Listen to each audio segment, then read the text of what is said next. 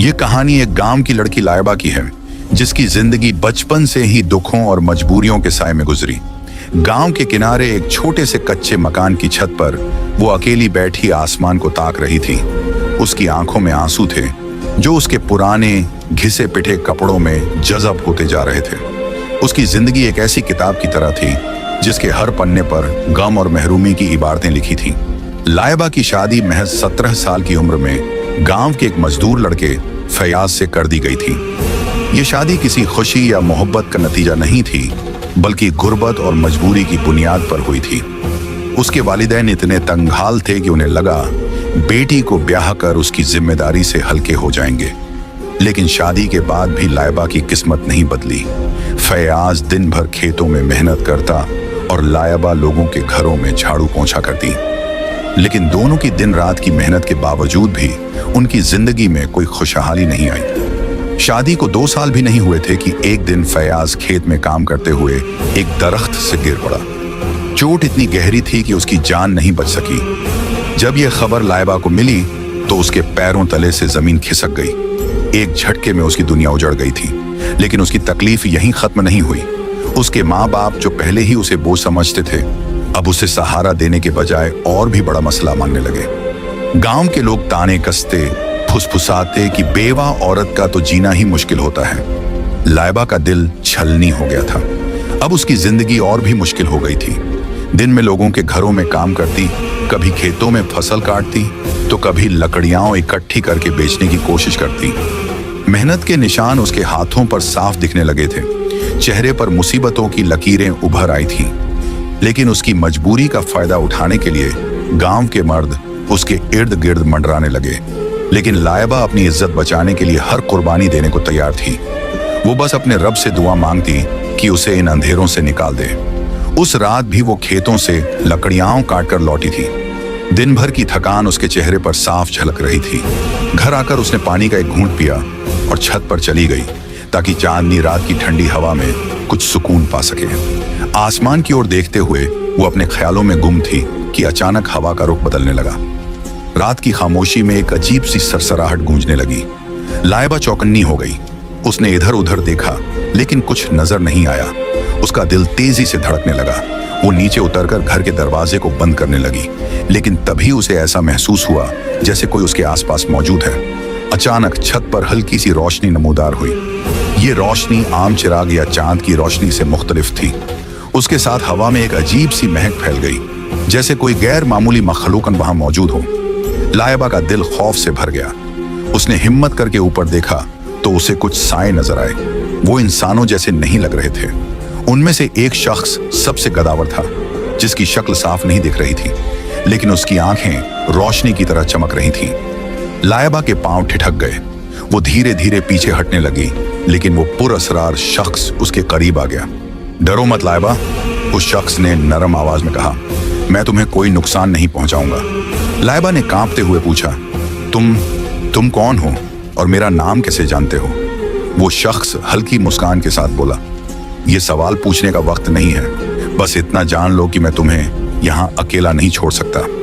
लाइबा के जिस्म से जैसे जान निकल गई। खौफ से उसका बदन बर्फ हो गया।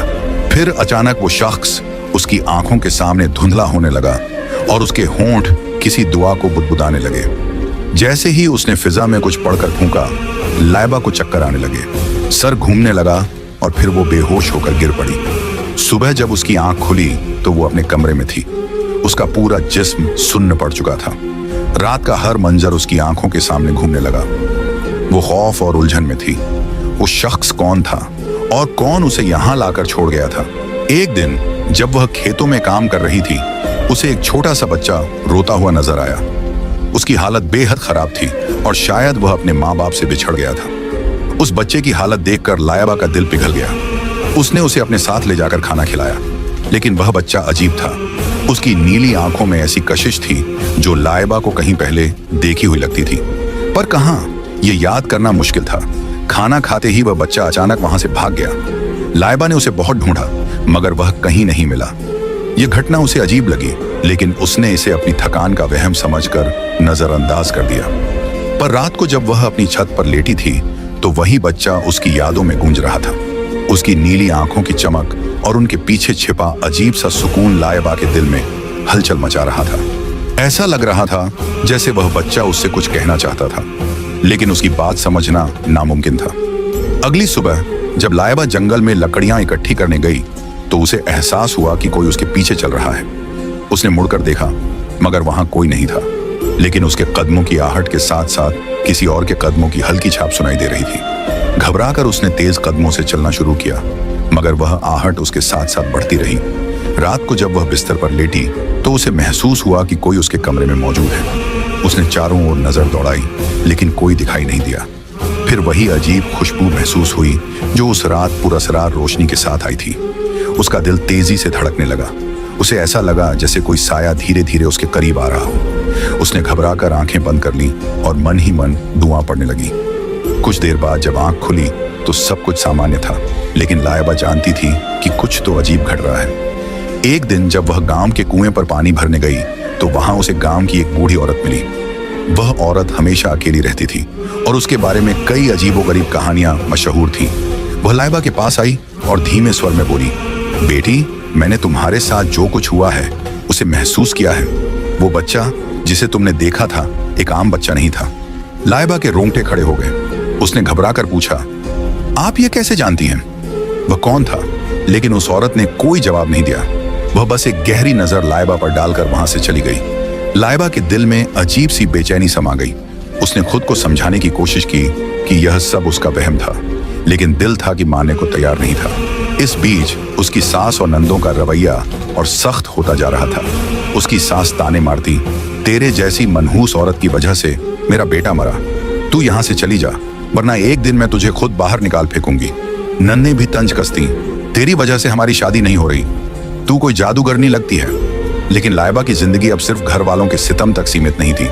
जब से उसने उस बच्चे को जंगल में खाना खिलाया था, तब से अजीबोगरीब घटनाएं होने लगी थीं। एक दिन उसकी सास उस पर आग जलाने में देर करने पर बेतहाशा गुस्सा हो गई और उसे पीटने के लिए एक मोटा डंडा उठा लिया। लेकिन जैसे ही वह लायबा की ओर बढ़ी, अचानक किसी अनदेखी ताकत ने उसका पैर खींच लिया। वह जोर से गिरी और वही डंडा उसके सिर पर आ लगा। दर्द से चीखती हुई वह अपने कमरे में चली गई। लायबा अवाक थी। ये कैसे हुआ? क्या कोई था जो उसकी हिफाजत कर रहा था? मगर कौन? कुछ दिनों बाद एक रात उसकी नंदें उसे कमरे से निकालने की साजिश करने लगी।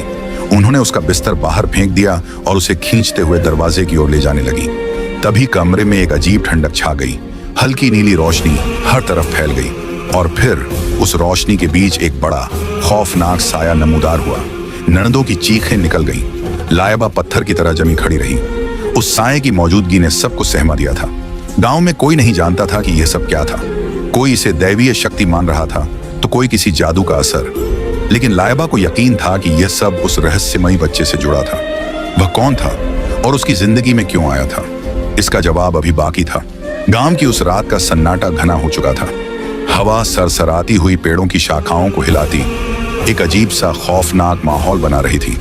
वह दोनों नंदें कांपती हुई वहीं जमीन पर बैठ गईं। उनमें से एक ने कपकपाते हुए कहा, यह क्या था? इसके फौरन बाद वह साया उनकी नजरों से ओझल हो गया, लेकिन उनके दिलों में जो दहशत बैठ गई थी उसे मिटाना नामुमकिन था। वे दोनों सर पर दौड़ती हुई वहां से भाग निकली, लेकिन जो कुछ हुआ था उसके असरात अब भी घर में बाकी थे। घर के अंदर माहौल पहले ही तनाव से भरा था। लड़की की सास ने जब यह सब महसूस किया तो उसके माथे पर शिकन और गहरी हो गई। वह बार बार दोहराने लगी, इस लड़की के साथ कोई साया है, यह हमें बर्बाद करने के लिए आई है। पहले इसकी मनहूसियत ने मेरा बेटा खा लिया, अब यह पूरे खानदान को खत्म करना चाहती है। वह दिन रात मौलवियों और आमिलों को बुलाने की बातें करती। उसका इरादा साफ था, किसी भी तरह इस लड़की को घर से निकाल देना था। लड़की खौफ से कांपने लगी। उसके अंदर बस एक ही डर था, अगर उसे इस घर से निकाल दिया गया तो वह कहां जाएगी? उसके अपने पिता पहले ही उसे त्याग चुके थे। उन्होंने बहुत पहले साफ लफ्जों में कह दिया था, अब तेरा जीना और मरना तेरे ससुराल में है, इस घर से तेरा कोई ताल्लुक नहीं, दोबारा यहाँ कदम मत रखना।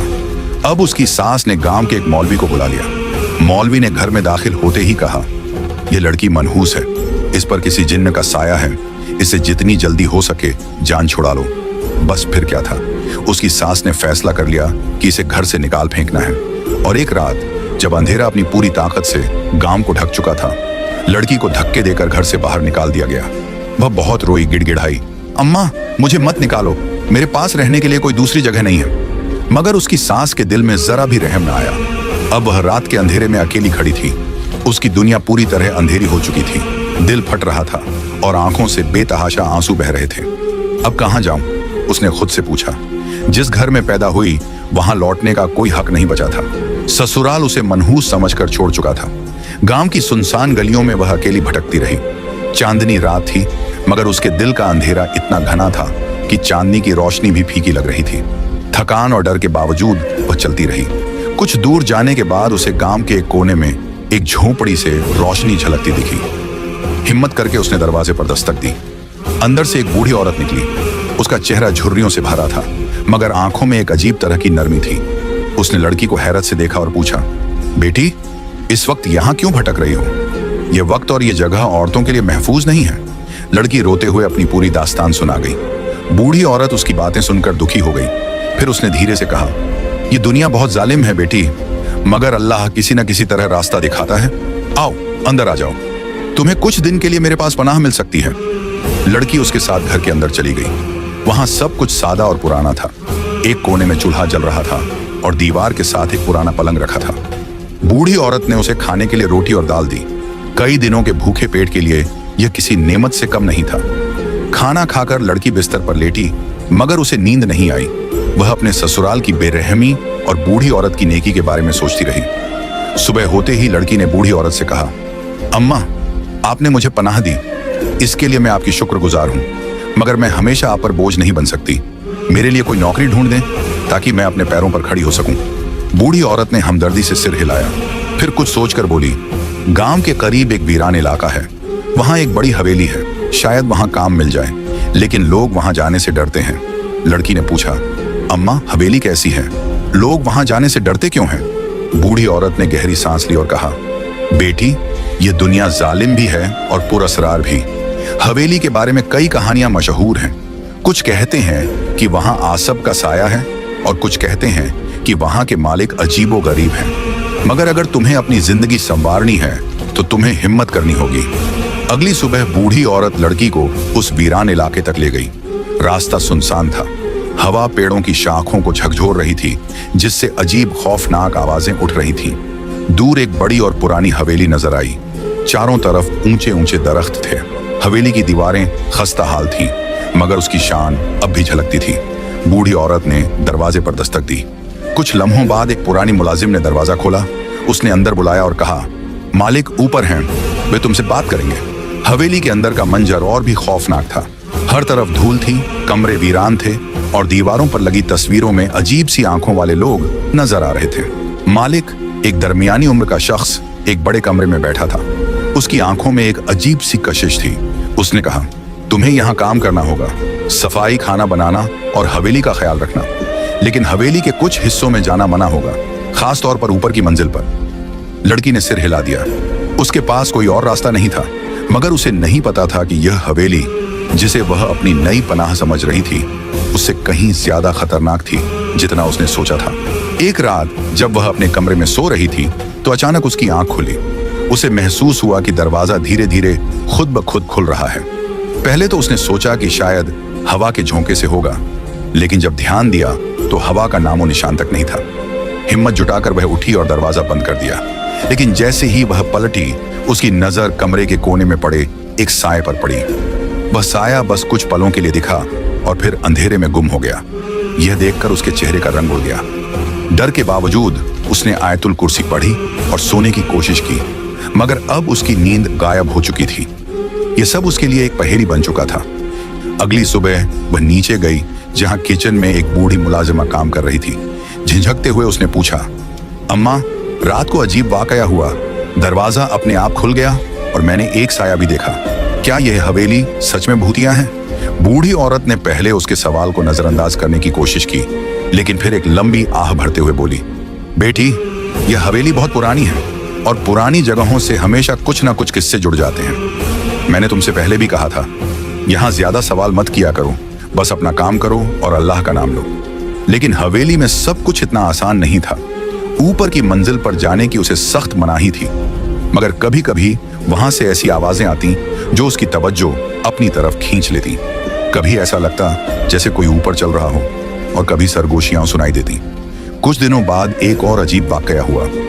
रात को जब वह बावर्ची खाने में पानी लेने गई तो उसे ऐसा महसूस हुआ जैसे कोई उसके पीछे खड़ा है। उसने झटके से पलट कर देखा, लेकिन वहां कोई नहीं था। अचानक बावर्ची खाने की खिड़की जोर से बंद हो गई, बिना किसी हवा के। यह सिर्फ एक बार नहीं हुआ।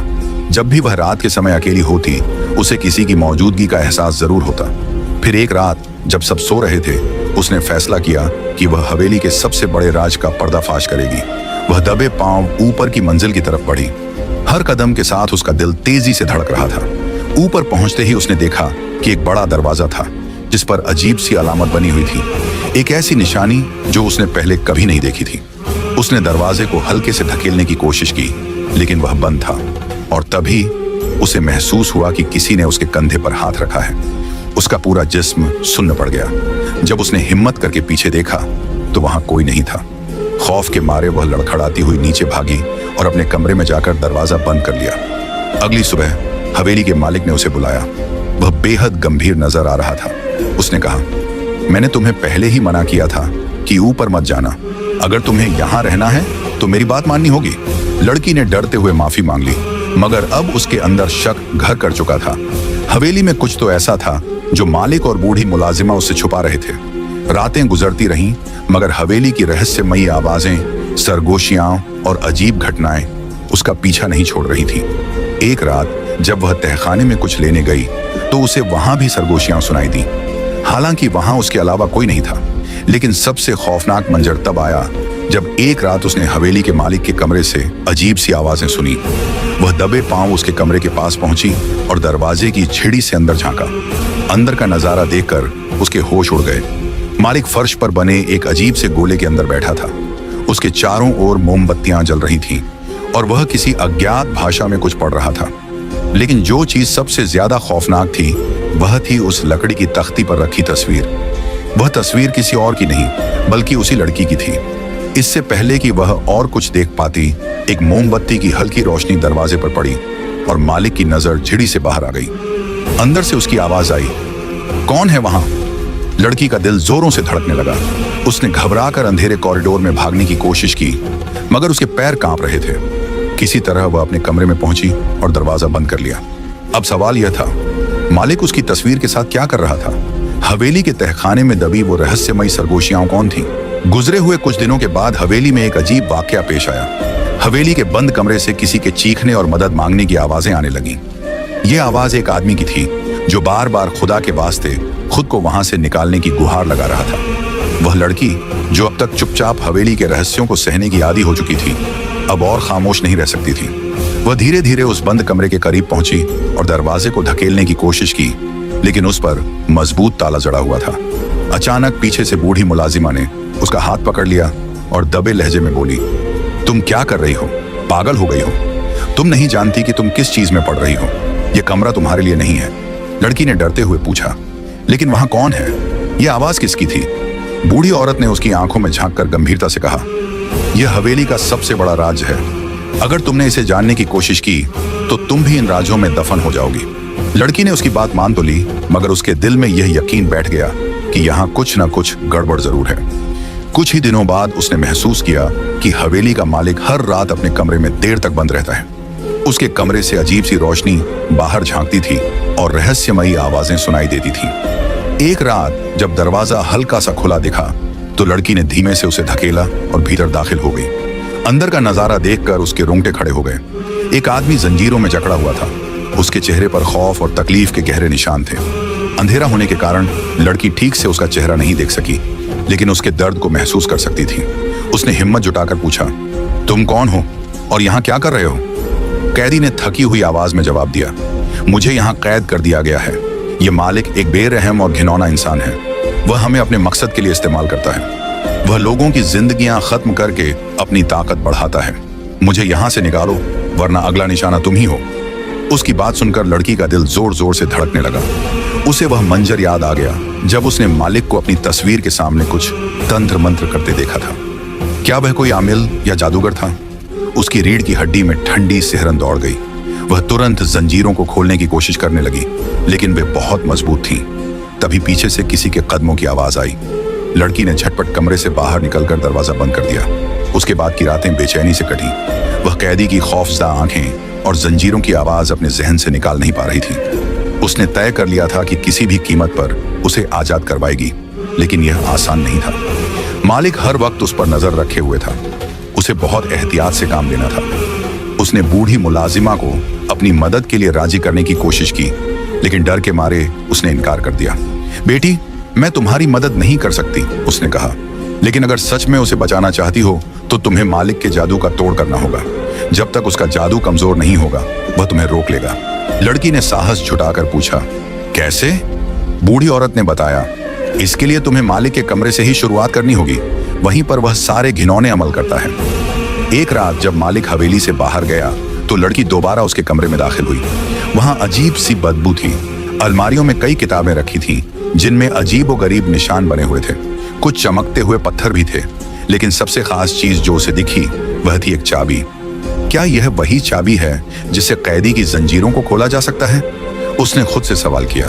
उसने तुरंत चाबी उठाई और जल्दी से वहां से निकलने लगी। तभी उसे महसूस हुआ जैसे कोई उसे देख रहा हो। उसने घबराकर पीछे मुड़कर देखा, लेकिन वहां कोई नहीं था। वह तेजी से अपने कमरे की ओर भागी। अगली रात उसने चाबी लेकर बंद कमरे का रुख किया। कैदी ने उसे देखते ही पूछा, क्या तुमने चाबी ढूंढ ली? उसने जल्दी से चाबी निकाली और जंजीरों को खोलना शुरू किया। एक के बाद एक जंजीर खुलती चली गई। जैसे ही आखिरी जंजीर खुली, कैदी ने उसके हाथ थामकर कहा, तुमने मेरी जिंदगी बचा ली। अभी तक लड़की ने उसका चेहरा ठीक से नहीं देखा था, लेकिन जब उसने कहा, तुमने पहले मेरे बच्चे की मदद की थी, अब मेरे ऊपर भी एहसान कर दिया, तो लड़की ठिठक गई। कौन सा बच्चा? उसने हैरत से पूछा। फिर अचानक उसे वह नीली आंखों वाला बच्चा याद आ गया, जो खाना खाते ही गायब हो गया था। क्या यह उसी की बात कर रहा था? उसकी उलझन अभी बाकी थी। तभी कैदी ने कहा, हमें जल्दी यहाँ से निकलना होगा। मालिक के चेलों को पता चल गया है कि तुमने मुझे आजाद कर दिया है। हवेली के पिछले हिस्से में एक खुफिया रास्ता था जो जंगल तक जाता था, लेकिन वहां तक पहुंचना आसान नहीं था। मालिक के चेले चारों ओर घूम रहे थे। सुरंग के अंदर अजीबोगरीब आवाजें गूंज रही थीं। लड़की ने डरते हुए पूछा, क्या कोई हमारा पीछा कर रहा है? कैदी ने कहा, यह मालिक की जादुई ताकतें हैं। वह हमें रोकने की हर मुमकिन कोशिश करेगा। जल्द ही मालिक का काला साया उनके सामने प्रकट हो गया। उसने गुस्से से चीख कर कहा, तुम मुझे नहीं रोक सकते। कैदी ने अपनी ताकतों का इस्तेमाल किया और मालिक की शक्ति धीरे धीरे खत्म होने लगी। कुछ ही देर में वह तड़पते हुए जलकर राख बन गया। उसके तमाम काले साए धुएं की तरह हवा में उड़ गए। इसके बाद कैदी, जो कि वास्तव में एक जिन्न था, ने लड़की से उसके साथ रहने की गुजारिश की। डर और खौफ के बाद अब लड़की के दिल में एक नई जिंदगी की उम्मीद जाग चुकी थी। उसने हामी भर दी। दोनों ने एक गांव में जाकर सुकून की जिंदगी बिताने का फैसला किया। कुछ समय बाद लड़की को एहसास हुआ कि वह मां बनने वाली है। यह खुशी उसकी जिंदगी का सबसे हसीन मोड़ था। अब उसकी हर सुबह मोहब्बत और सुकून से भरी हुई थी और वह हर दिन अपनी नई जिंदगी की नेमतों का शुक्र अदा करती थी।